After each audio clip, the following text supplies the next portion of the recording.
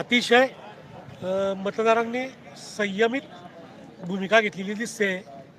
अतिशय म्हणजे आपण असं म्हटलं निकालाचे ॲनालिसिस केला तर ही जी निकाल जो लागला तो सर्वसमावेशक लागलेला आहे। काही चांगली लोक पण या निकालामध्ये पराभवाचा सामना करावा लागला त्यांना।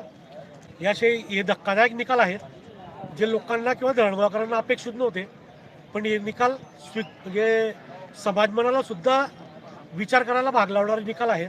हे 24 तास समाजाला उपलब्ध राहून सुद्धा त्याच्या पदरी जर अपयश येत असेल तर किती काम करावं लोकांसाठी याचा विचार करायला लावणारी ही सर्व घटना आहे। पण तरी जे निवडून आले त्यांचे म्हणजे अनेक वर्षापासून पराभवाचे यांच्या पराभवातून ते संघर्ष करत होते। त्याच्यामुळे त्या विजयी उमेदवारांचं पण हे मोठं यश म्हणावं लागेल। या सर्व विजयी उमेदवारांचं अभिनंदन आणि पराभूत म्हणजे त्यांनी चांगलं काम करावं, पराभूत उमेदवारांनी याच्यावरती वचक ठेवावा आणि लोकशाही अधिकाधिक मजबूत करण्यासाठी प्रयत्न करावे।